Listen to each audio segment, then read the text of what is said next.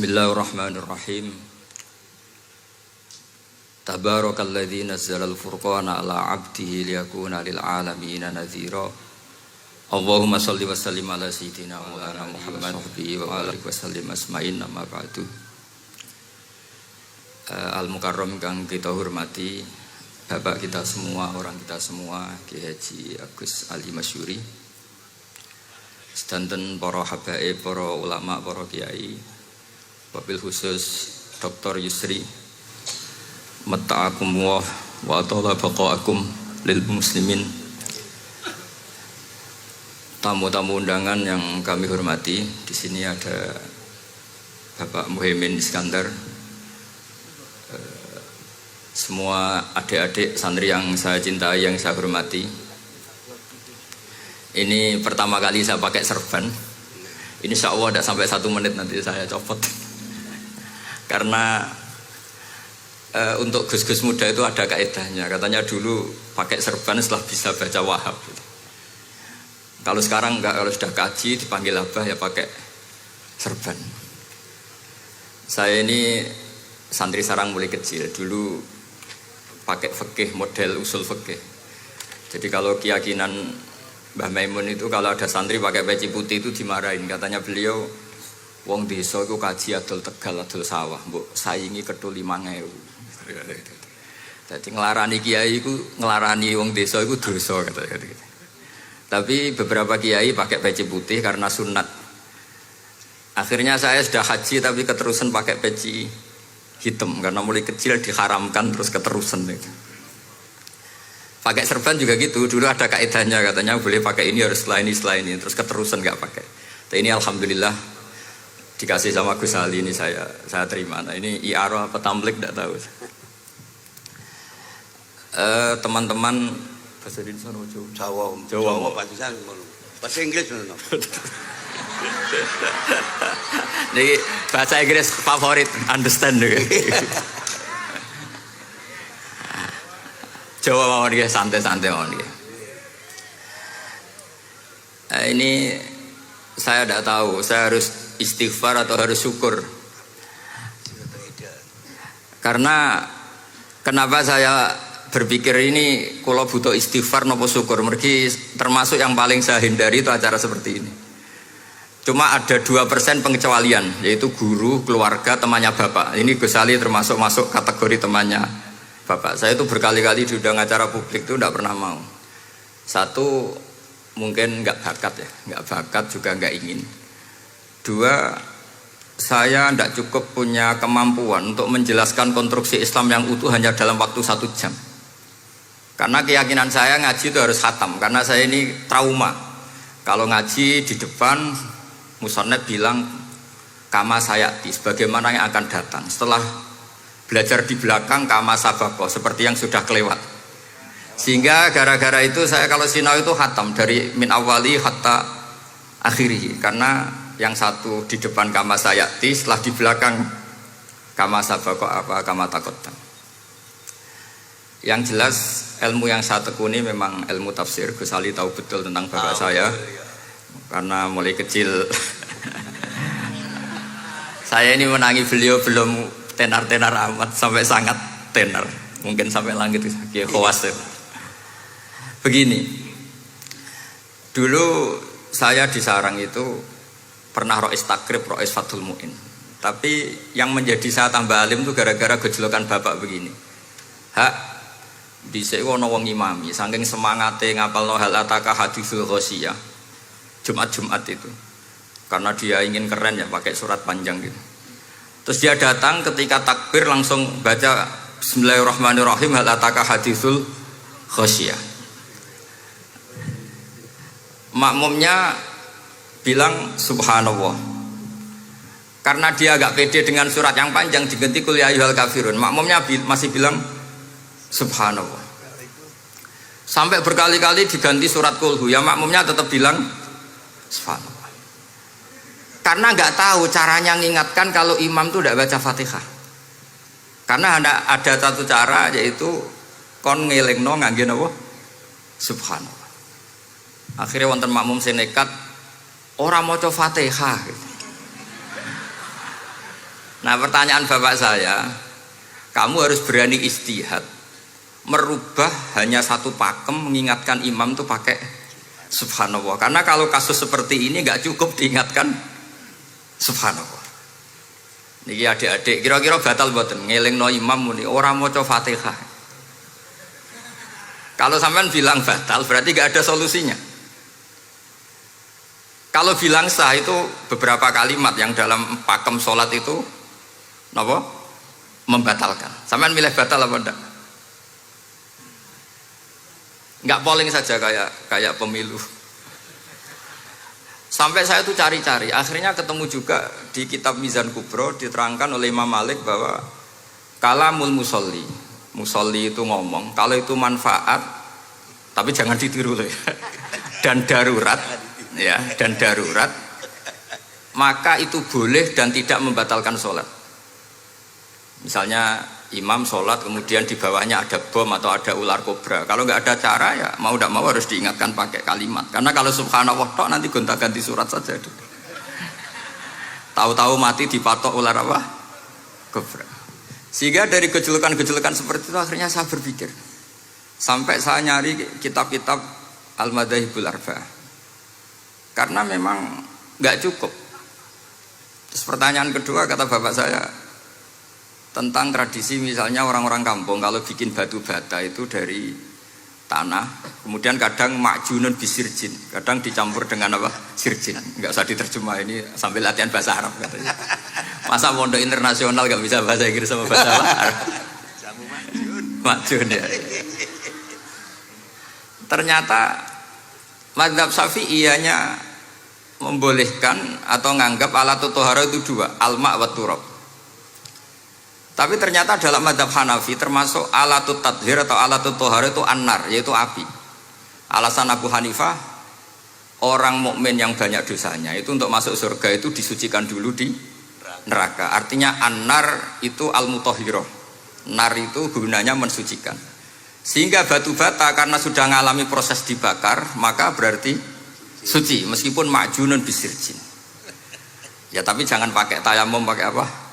Nah, jadi kalau anda mandi junub atau nggak punya wudhu, kalau nggak ada turab sama apa air, ada solusinya yaitu wudhu pakai nar. Tapi itu jelas haram itu kalau itu, karena nggak mungkin nggak ada turab, itu nggak mungkin. Sehingga ini penting, gejolokan-gejolokan para ulama, para guru ini penting, karena ternyata para nabi itu menjadi pinter itu ya karena digojlok pangeran. Saya punya sekian contoh di kitab-kitab para wali. Ketika datang malakul mauti ke Nabi Ibrahim dan akan mengambil nyawanya, itu Nabi Ibrahim tangklek, kowe sapa? Aku malaikat. Ono apa? Ditugasno pangeran mencabut nyawa Anda. Terus kata Nabi Ibrahim, apa kamu tahu saya ini siapa? Ya tahu, Anda Khalilur Rahman, kamu kekasih Allah. Terus kata Nabi Ibrahim, hal ra'aita habiban yumitu habibah, masa ada kekasih membunuh yang dikasih? Pasti Anda salah. Ya karena malaikat gak pernah ngaji di sini, di progresif ini, dia tidak bisa jawab. Akhirnya niki kalau pamit, niki kalau sembuh niki cekap, niki cekap, bingung, betul nguling nih, bingung nih.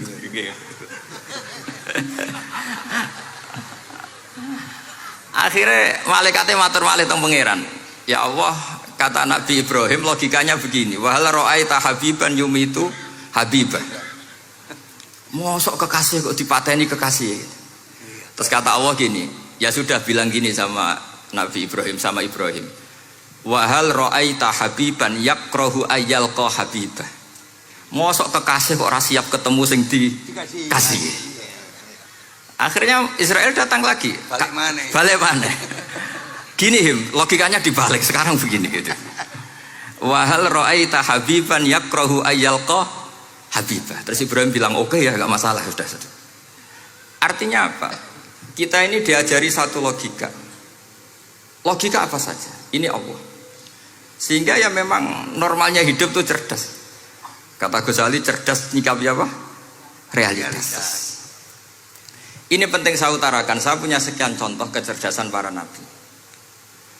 Saya berkali-kali cerita, nabi yang sezaman itu sebetulnya 3, tapi yang ilmunya level itu hanya 2. Karena ada yang sezaman yaitu Ibrahim dan Lut. Tentu tidak level karena Nabi Lut itu pernah keponakan Nabi siapa?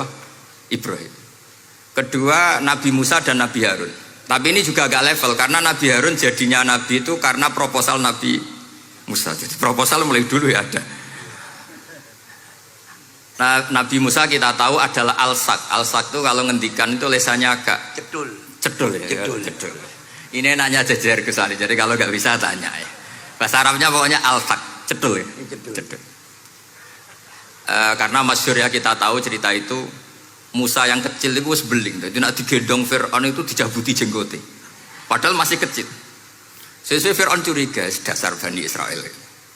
Lama-lama dia memutuskan sepatah ini aja ini jelas darah-darah Israel. Kita tahu Fir'aun adalah orang Kipti, orang Mesir. Setelah berkali-kali gitu terus tanya gini sama Asia, ini anak ini sudah bisa mikir, memang dasar Bani Israel jadi gak suka orang Kipti. Orang bah cah cilik biasa gak masalah. Singkat terus dites ada jamroh, ada bara api sama apel.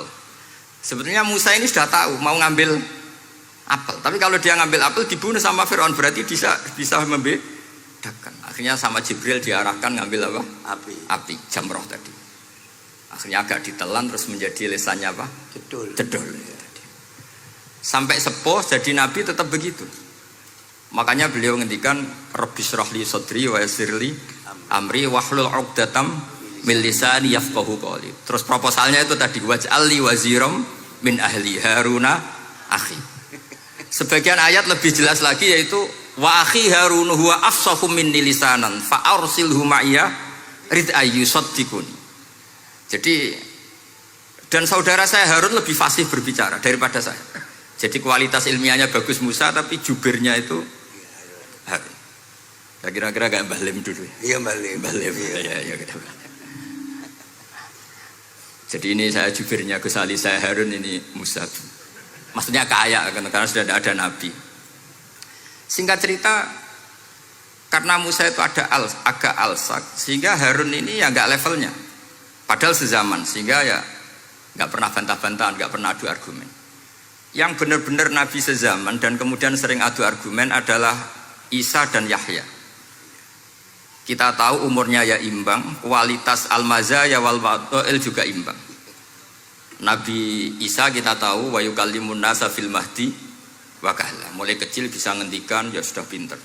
Nabi Yahya kita tahu ya Yahya khudil kitaba biquwah wa atainaul hukma sabiyya. Jadi sama-sama pinter. Wa hananan min ladunna wa zakah wa kana taqiyya. Itu dua beliau ini menjadi satu manhaj besar dalam Islam. Itu kalau main ke salah satu kampung, itu Nabi Isa tanyanya aneh. Aina syirarun nas? Orang-orang yang jelek-jelek itu di mana? Orang-orang fasik itu rumahnya mana? Kalau Nabi Yahya tanya, aina khiyarun nas? Orang-orang baik itu di mana? Akhirnya dua beliau ini saling berargumentasi. Kenapa kamu tanya aina syirarun nas? Terus Nabi Isa katanya, lah kenapa kamu tanya aina khiyarun nas? Terus kata Nabi Yahya, enak kancanan wong soleh, gak ruwet kan. Kancanan wong soleh itu kan enak, gak dibodoni, gak ruwet. Pemene kancanan wong mati, sering bodoni gitu. Masyhur itu cerita Gus Dur, Gus kenapa sering ziarah? Kancanan wong urip sumpek. Iya. Wong mati gak tau bejo. Wong mati gak tau bejo. Ini teman ziarahnya Bapak. Wong mati gak tau bejo. Ya. Itu ya ini santai-santai saja, rileks saja. Karena saya sudah tahu mau ngomong apa. Nanti kalau ingin serius ya ngaji sama saya, harus khatam biar enggak jadi korban kama sayati sama kama takodam.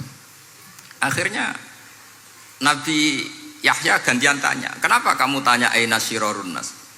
Itu masyhur beliau. Ini dalam kitab Tabaqatul Asfiya karangan Abu Nu'aim al-Asfihani. Riwayat Sufyan bin Uyainah, gurunya Imam Syafi'i. Jawabnya Nabi Isa unik. Ana an-nabiyyu, saya ini nabi. Biman zilatit tabib. Nabi itu ibarat dokter. Udawil mardo. Di mana-mana dokter itu cari orang sakit. Makanya di NU itu banyak kiai-kiai yang nangani orang-orang fasik. Dakwah nih wong nakal-nakal. Itu ya ada khazanahnya. Asal gak keterusan katut gitu saja. Jadi kalau kamu niru Gusme itu sebenarnya konsepnya satu, asal ada bukti jadi wali dan tidak katut. Kalau ndak ya sudah usah. Gak usah wae kata Gus Ali sudah. Kalau nggak kelasnya jangan. Sehingga dua beliau itu jadi khazanah besar. Misalnya Anda jadi kiai di daerah-daerah yang Islamnya sudah maju. Mungkin Anda ini hanya mendapat fasilitas dari Islam. Makanya saya sendiri secara pribadi, misalnya kecelok pinter, tah ranking, tah juara musabaqah tilawatil Quran, kadang dari sekian prestasiku untuk umroh mendapat. Karena kita punya prestasi di daerah yang prestis. Sementara teman-teman kita, makanya ini kalau ada santri progresif yang nggak pinter, tak kasih ijazah, tak kasih support. Barokahnya tidak pinter, akhirnya hidup di daerah tertinggal. Barokahnya hidup di daerah tertinggal, Anda muassisul ma'had, Anda muassisul masjid. Sing prestasi hanya mendapat dari negara, yang tertinggal malah memberi kontribusi. Akhirnya apa? Lama-lama ini yang prestasi coro Jawa ngatok tomak. Saya dapat apa? Sementara yang di desa tertinggal, saya bisa memberi apa? Sehingga Allah bikin wong bodoh itu ada rencana besar gitu. Jadi mau orang bodoh itu gak ada orang-orang santri yang hidup di daerah-daerah apa? Tertinggal. Aman golek prestasi, golek umroh, terus ambisi ngimami masjid haram bareng. Terus kapan dakwahnya? Karena yang diburu itu mendapat, bukan memberi. Ini bahaya sekali bagi Islam. Sehingga tradisi guru-guru kita, nah santri pinter yo dilem, santri bodoh yo dilem, santri bulet yo dilem, santri setengah bulet ya dilem sekabeh kaulane pangeran. Kok ana hikmahe dhewe-dhewe kata itu. Tapi ini bukan justifikasi atau melegitimasi kenakalan anak-anak Anda. Ini mau cerita ilmiah. Kemudian ada perdebatan lagi. Dan ini nanti terusannya adalah al-ulama warasatul anbiya. Sayyid Abdul Al-Haddad itu masyhur. Kalau ada orang sowan ditanya, "Kiaimu nak mulang tau nangis?" Mboten nate. Lereni ngaji wong ngono iku. Atine atos gitu. Tapi Abdul Hasan Asyadzili kalau ada orang tamu tanya, "Kiaimu nak mulang tau guyu?" Mboten nate. Lereni wong ra iso syukur gitu. Jadi ini dua kutub besar. Siapa yang enggak tahu kewalian Abdul Hasan Asyadzili? Siapa yang enggak tahu kewalian Sayyid Abdul Al-Haddad? Nah ini kalau Gus Ali sudah dua-duanya, guyu ya sering, nangis ya sering, sudah ini sudah makomen, ini sudah Majma'ul Bahrain kalau dalam ilmu tasawuf. Dan itu mirip perdebatan Nabi Yahya dan Nabi Isa. Nabi Yahya itu happy, hidupnya happy. Kayak bapak saya itu hidupnya happy. Zaman miskin saja gak pernah susah. Gak pernah susah. Ya. Bapak saya itu khasnya gak pernah susah. Mau meninggal saja masih guyon sama saya. Mau kapundhut tuh sih guyon kalian. Ya seneng, ya happy saja. Jadi mirip cerita Jalaluddin Ar-Rumi. Beliau mau kapundhut, muridnya nangis semua, marah-marah dia. Kamu murid-murid yang bodoh. Saya ini mau ketemu kasih kamu tangisi. Ayo joget semua. Makanya kalau ada orang mati kok ceria itu karena madzhab Jalaluddin apa? Ar-Rumi. Masyhur itu. Ini malam pengantin saya, kenapa kamu nangis? Makanya jadi mitos kalau mimpi jadi manten tuh mau mati. Karena kalau Jalaluddin Rumi istilahkan kematian itu adalah pengantin. Umar bin Abdul Aziz, salah satu khomisul khulafa masyhur itu. Ketika mau kapundhut orang nangis semua juga dia marah. Memangnya saya mau kemana kok kamu tangisi? Ila khairi madhubin ila khairi rahimin, ila arhamir rahimin. Timbang kumpul kon sumpek. Atok mati katanya. Memangnya saya mau kemana? Ila khairi madhubin ila, ke zat yang terbaik yang kita tuju. Ini mirip Nabi Yahya. Sehingga Nabi Isa ngejlek, Mali aroka dohikan ka'annaka ta'manu min makrillah. Kamu kok sering senyum, sering guyu, ngakak-ngakak. Seakan kan kamu tuh tidak pernah akan kena siksa. Nabi Yahya gantian balas, Mali aroka abisan ka'annaka taqnatu min rahmatillah. Lah kamu merengut terus koyo ora ono rahmate pangeran saja. Ini terus jadi madhab antara Abdul Hasan Asyadzili dan Sayyid Abdul Al-Haddad. Sayyid Abdul Al-Haddad juga diikuti banyak kiai. Itu kalau habis sholat tuh masih susah, diterima enggak? Sholat kita makbulah apa enggak, puasa kita makbul apa enggak, sujud kita makbul apa enggak. Tapi kalau Abdul Hasan Asyadzili, kalau ada orang tanya gitu dimarahin. Sujud kalau ditampi boten, ya Sayyid Abdul Hasan Asyadzili, gak usah mikirmu, ditegur sujud us luar biasa. Orang geruang ditegur sujud, gak usah mikir ditompo ta ora. Loh iya, ketika kita nanti ketemu Allah, prestasi betul gak pernah sujud itu. Sebagai hamba kita bangga pernah sujud, itu gak penting ditompo ta ora.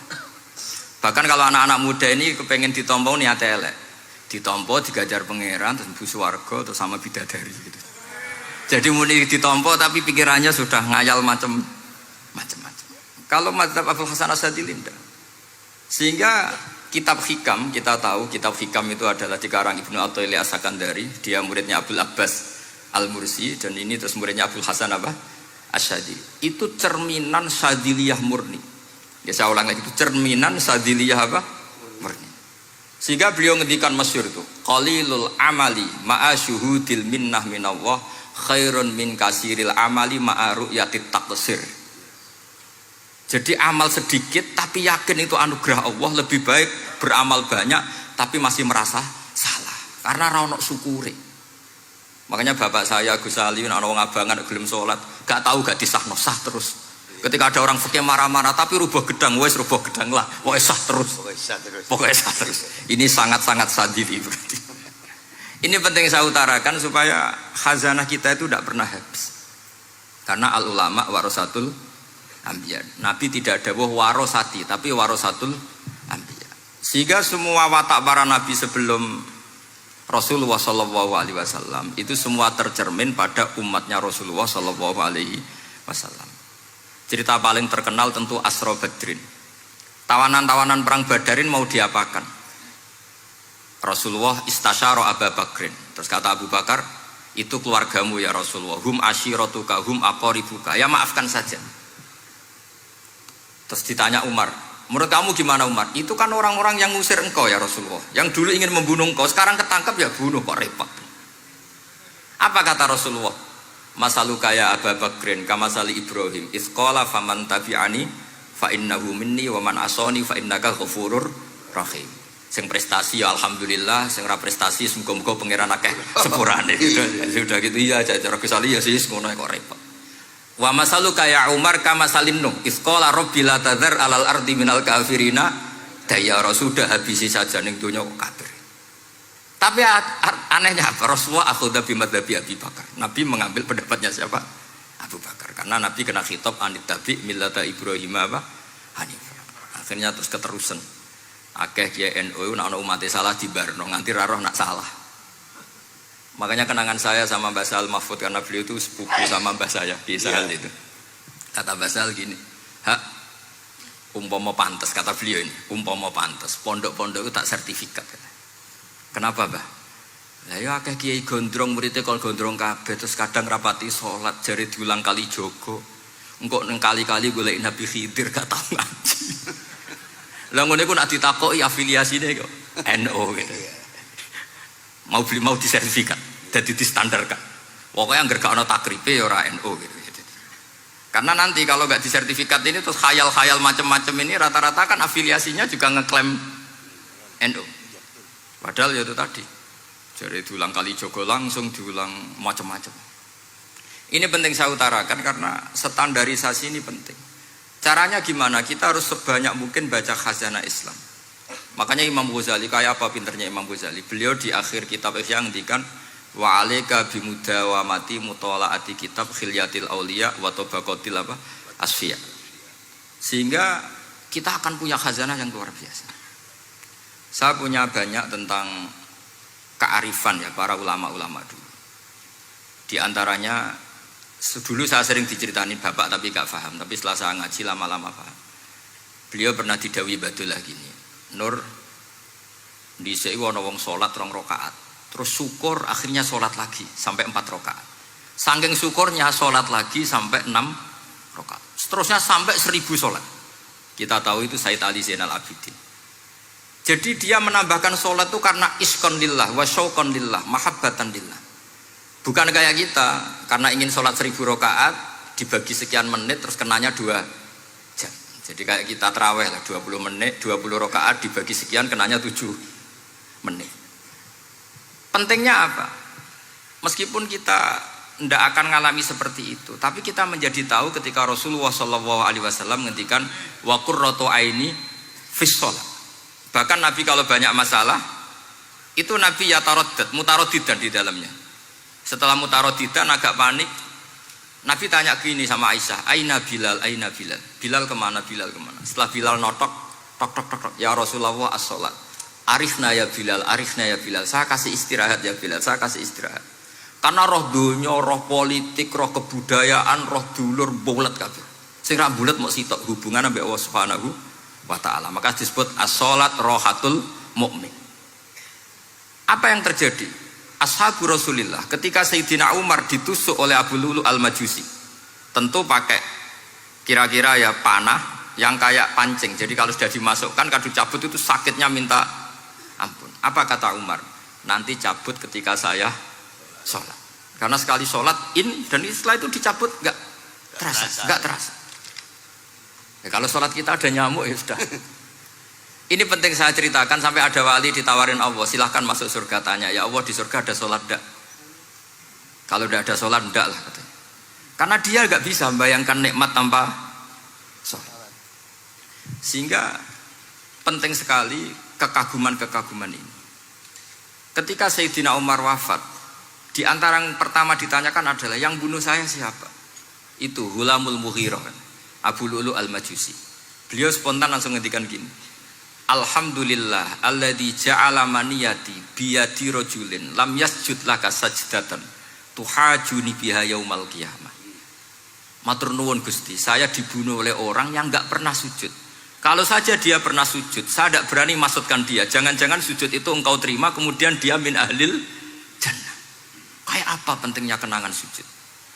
Rasulullah juga pernah ngendikan nanti kalau dunia sudah ruwet, as-sajdatul wahidatu khairun minad dunya wa ma fiha. Satu sujud lebih baik ketimbang dunia seisinya. Karena itu kelayakan kita sebagai hamba. Makanya Abu Hasan Asadili ngendikan, sudahlah kafal amilina jazaan an radiyaka laka ahlan. Sudah ditakdir ngamal sudah harus syukur. Kok mikir ditompo ta ora usah, gak penting. Itu madzhab Abu Hasan apa? Asyadili. Dan itu ditiru para kiai-kiai kita. Madzhab Said Abdul Haddad juga ditiru kiai-kiai kita. Sehingga sedekah Rasulullah ketika ngendikan al ulama warasatul anbiya. Ini penting saya utarakan karena khazanah kita biar tetap kaya. Makanya masyhur dalam Manaqibul Ghazali kita tahu Imam Ghazali itu orang yang luar biasa, pengarang Ihya. Saya punya banyak karangan beliau, Al-Arba'in Al-Usul. Tapi yang paling saya cintai tentu Ihya, kitab Mustasfa, kitab Qawaid Fikih itu Usulul Fikih. Manaqibul Ghazali adalah Rasulullah pernah jejer Nabi Musa. Terus Rasulullah ngendikan ulama ummati ka anbiya'i Bani Israel. Terus kata Nabi Musa, yang benar saja, masa ulama kok kapasitasnya kayak Nabi, apapun hebatnya itu nggak mungkin lah kapasitasnya kayak Nabi. Terus kata Rasulullah, ya sudah buktikan saja. Terus dipanggillah Imam Ghazali. Ketika dipanggil, ini katanya Ghazali katanya. Ditanya sama Nabi Musa, siapa namamu? Ana Muhammad bin Muhammad al-Ghazali at-Tusi asy-Syafi'i. Mau jawabnya panjang. Terus kata Nabi Musa, kecangkeman gitu, cara orang Jawa itu kecangkeman, ditakoki jeneng kok jawabnya kakean ya. Terus kata Imam Ghazali, ya lumayan saya. Jenengan ditanya Allah sing ya'lamus sirra wa akhfa saja jawabnya kelebihan katanya. Apa itu kata Nabi Musa? Wa ma tilka bi yaminika ya Musa. Qala ya asaya atawakkau 'alaiha wa ahusyu biha ala ghanami wa liya fiha ma'aribu ukhra.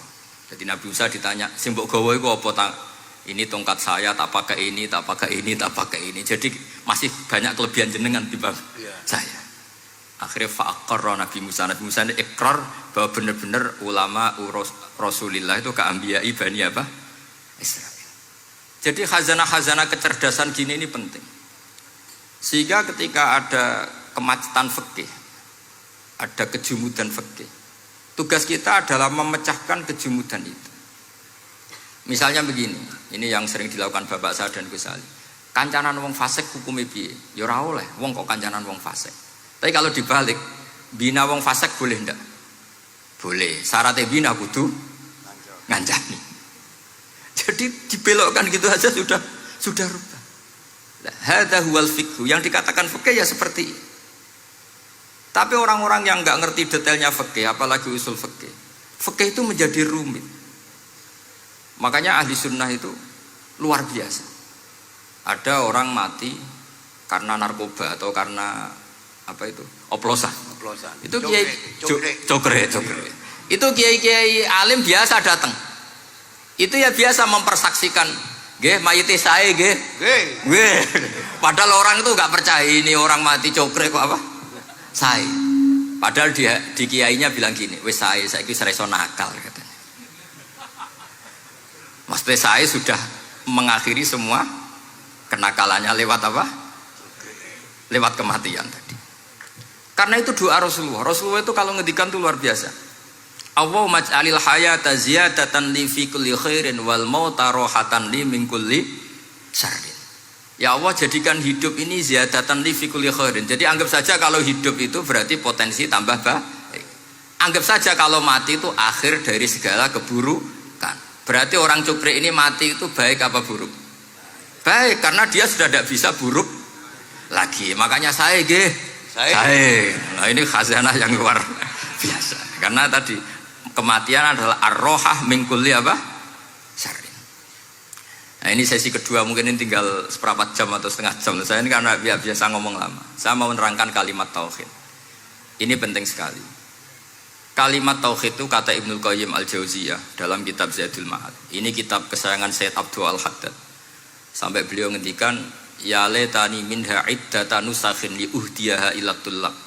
Semoga saya punya naskah banyak yang mau saya hadiahkan ke santri-santri. Saking pentingnya kitab apa Zadul Qayyim. Itu beliau mengartikan la ilaha illallah itu luar biasa. Kalimat ini adalah kalimat super. Allah bikin surga juga demi kalimat ini. Siapa yang menerima kalimat ini maka masuk surga. Yang menolak kalimat ini maka dimasukkan neraka. Kita tahu neraka itu kalau ada batu dicemplung itu sampai ke bawah itu nunggu 70 tahun. Kayak apa kedalamannya? Bego siapa saja tidak akan bisa itu bikin apa? Neraka. Karena kalau batu dijatuhkan nunggu 70 tahun itu sampai kok riha. Itu dibikin juga untuk orang yang menolak la ilaha illallah. Kemudian karena manusia butuh latihan, dibikinlah langit dan bumi supaya didiami manusia untuk menerima konsep la ilaha illallah. Karena manusia butuh pelatih, diutuslah para rasul untuk melatih la ilaha illallah. Dan kalimat ini andaikan ada orang kafir 70 tahun, kemudian dia melafadzkan la ilaha illallah Muhammadur Rasulullah, maka semua kekafirannya dihilang. Maka santri-santri yang aswaja ini harus yakin, ia adalah kalimatun dakhala bihal kafiru al-islam. Ini kalimat yang orang kafir 70 tahun saja menjadi muslim. Tapi sekarang banyak gerakan dengan kalimat yang sama malah orang Islam menjadi kafir. Itu kira-kira kelompok aneh nopo boten. Hanya karena la ilaha illallah banyak kelipat tok dihukumi kafir. Gara-gara la ilaha illallah pitung dino diarani kafir. Wong kalimat ini sing kafir wae dadi mukmin. Sekarang dengan kalimat yang sama yang mukmin jadi kafir. Ini apa-apaan? Kira-kira gitu. Cara madzhab ini apa-apaan? Ini penting saya utarakan. Jadi kepastian tauhid. Ngendikane pangeran kul lil ladzina kafaru iyantahu yughfar lahum ma qad salaf. Makanya Abu Hasan As-Sadili ketika nafsirkan fa'lam annahu la ilaha illallah wastaghfir li dzambika walil mu'minina wal itu ai bihadhil kalimah kata beliau. Kamu harus camkan bahwa la ilaha illallah dan setelah itu kamu baru sah istighfar untuk kamu sendiri maupun untuk orang mukmin siapapun, mukmin mukminah. Kita tahu andaikan kita punya keluarga kafirah atau murtadah sah enggak diistighfari? Enggak sah. Tapi sefasik apapun asal dia min ahli tauhid maka sah diistighfari karena fa'lam annahu la ilaha illallah wastaghfir lidzambika walil mu'minin. Jadi sahnya mengistighfarkan orang lain hanya dengan satu syarat yaitu dia min ahli la ilaha illallah Muhammadur Rasulullah. Sehingga dalam cerita-cerita kewalian, dan ini saya percaya cerita ini karena saya pernah menemukan di Musnad Ahmad, saya menemukan di Ithaf syaratnya Ihya, juga di kitabnya Said Muhammad Abu Abdul Farad itu. Dulu itu ada wali yang tukang bikin Istanbul itu. Pernah dengar tuh Istanbul itu yang Quran kecil itu. Kalau sekarang kan dibikin masif, mau 5.000-an. Ya. Kalau dulu masih asli. Itu Kiai Sarbini itu kayak Mbah Khalil Bangkalan. Jadi karena dia orang penting itu, nak diundang orang itu, ya engkau nak ditakoki pangeran muni rombongan. Jadi kayak Mbah Khalil juga Mesir gitu. Terus ditinggal lagi. Engkau takoki pangeran muni ngenteni Mbah Khalil, ngenteni rombongan. Ya sudah gitu dong. Tapi karena beliau terkenal wali ya. Singkat cerita kalau Sohibul Bait ini nggak terima karena pas 7 hari sampai di sebelah sapi apa-apa ternyata dia tahlilnya sebentar. Terus kata beliau, ya sudah semua makanan itu ditimbang pakai pohon kelapa. yang satu kosongin katanya. Kifatul mizan yang satu atau kafatain mizan yang satu dikosongin. Beliau datang yang bikin Istanbul tadi, bilang bis itu sudah jumpat ya, sudah tinggi bismillahnya. Kata beliau, bismillahku ra genep ae wis ngalahno pakananmu, apalagi genep katanya. Ini penting saya utarakan nanti di cerita yang di kitab Musnad Ahmad. Ini perlu dicamkan. Saya hafalkan hadis itu. Inna wa ta'ala istakhlasa rajulan min ummati ala ru'usil khalaik. Setelah dipertontonkan, fayan suruh alaihi tis'an wa tis'ina sijillan. Kullu sijillin minha maddul basar. Jadi ketika dipertontonkan itu ada satu box. Yang satu boxnya itu sudah sepanjang mata melihat. Sudah satu boxnya saja itu mislu maddil basar, sepandang mata melihat. Apalagi ini 99. Terus Allah itu fair, Allah tanya, afalaka uzurun, apa kamu melakukan kesalahan banyak ini punya alasan? Enggak katanya. Adzolamat kata badi al-hafidun, apa memang malaikat itu sentimen sehingga salah kamu tok yang ditulis, kalau kamu enggak salah enggak ditulis? Enggak ya Allah. Terus kata Allah, bala innalaka inti hasanah, kamu masih punya satu kebaikan. Ketika Allah bilang kamu punya satu kebaikan, apa kata lelaki tadi? Nah, gunanya apa ya Allah satu kebaikan dibanding kesalahan yang sebanyak itu? Akhirnya kesalahan yang sebanyak itu ditimbang, si timbang satunya itu hanya la ilaha illallah Muhammadur Rasulullah. Fatoshat as-sijilat, semua catatan salah tadi kalah. Kenapa? Fala yaskulu ma'asmillahi ta'ala syai'un, karena di dunia maupun akhirat tidak ada yang bisa mengalahkan kalimah thayyibah. Tapi sekarang kalimah thayyibah itu jadi tersangka. Nah ini makanya saya mohon santri-santri, hujjiyatu ahli sunnah wal jamaah ini harus mustaqirroh, harus sabitah, harus benar-benar berargumentatif. Sehingga kita tahu setahu-tahunya bahwa kalimat ini adalah kalimat yang orang kafir saja menjadi muslim. Masa dengan kalimat yang sama orang mukmin menjadi kafir. Ini penting saya utarakan karena kita harus terus belajar.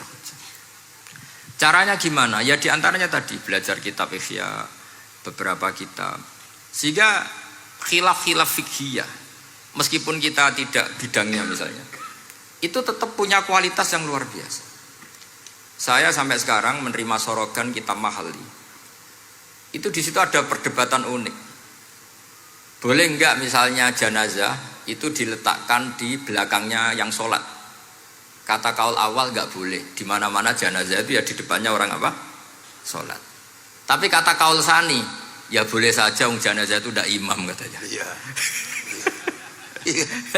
Sehingga pentingnya kaul sani adalah kalau Anda di Arab Saudi, itu jenazah-jenazah tetap di kamar mayat. Kemudian yang sholat ya di depan jenazah. Karena kalau dipaksakan di depan berarti jenazahnya di dekat apa? Ka'bah. Kayak apa kreditnya Mekah. Nah meskipun kita tidak melakukan itu karena nanti dianggap aliran apa? Sesat, ada jenazah kok di belakang kita sholat apa? Di depan. Tapi ini ilmu harus kita dengar. Begitu juga khilafnya kaul qadim dan kaul jadid. Menurut kaul jadid, yang namanya sujud itu harus 7 anggota. Karena kata Rasulullah SAW, umirtu an asjuda ala sab'ati a'zumin al-jabhah wal yaden wal rubbaten wal kodamen. Berarti al-jabhah 1, yaden 2, kodamen rubbaten 2, kodamen 2. Sehingga kalau kiai-kiai fanatik fikih itu nak anak-anak sujud ngongkrong dipetel-petel dong. Mergo supaya 7 apa? Anggota. Tapi kata Imam Syafi'i dalam kaul qadim, kata beliau wayah tamilu, mungkin saja sujud itu cukup pakai jabhah. Karena dalam doa Nabi itu hanya sajadalaka wajhi wa sam'i wa basori, tidak ada Nabi dongo sajadalaka wajhi wa yadi wa rubbati wa qadami. Jadi kecerdasan ulama-ulama dulu itu luar biasa. Sehingga kalau kita baca pembanding-pembanding itu, lama-lama kita menjadi cerdas. Ini yang terakhir saya cerita tentang Imam Ghazali. Dulu banyak orang yang bermadzhab pentingnya uzlah. Sehingga banyak ulama yang uzlah. Alasannya kumpul wong serepot tok. Paling gak ngerasani wong lah. Minimal dosanya ngerasani wong. Sehingga cerita banyak ulama yang uzlah. Kemudian umat ini dipimpin aliran-aliran sesat. Terus ulama yang uzlah-uzlah itu diparani sama ulama yang sudah jadi wali. Ya akalatal hasis, karena dia di hutan sehingga makannya hanya rerumputan. Taraktum ummata Muhammadin sallallahu alaihi wasallam fi aidil mubtadi'ah. Betul uzlah itu baik, tapi membiarkan umatnya Nabi dipimpin orang-orang yang sesat. Makanya kita terima kasih sekali Gus Ali ada di antara kita, membimbing kita, membina kita. Jangan terus dunia wis rusak tinggal nawa tidak bisa. Ini ummatur Rasulillah. Ummatun marhumah, ummatun mahfudhah, ummatun mar'iyah. Insyaallah apapun kondisinya kita tunggoni, baik dalam skala negara, masyarakat maupun kultural. Saya kira demikian. Wassalamualaikum warahmatullahi wabarakatuh.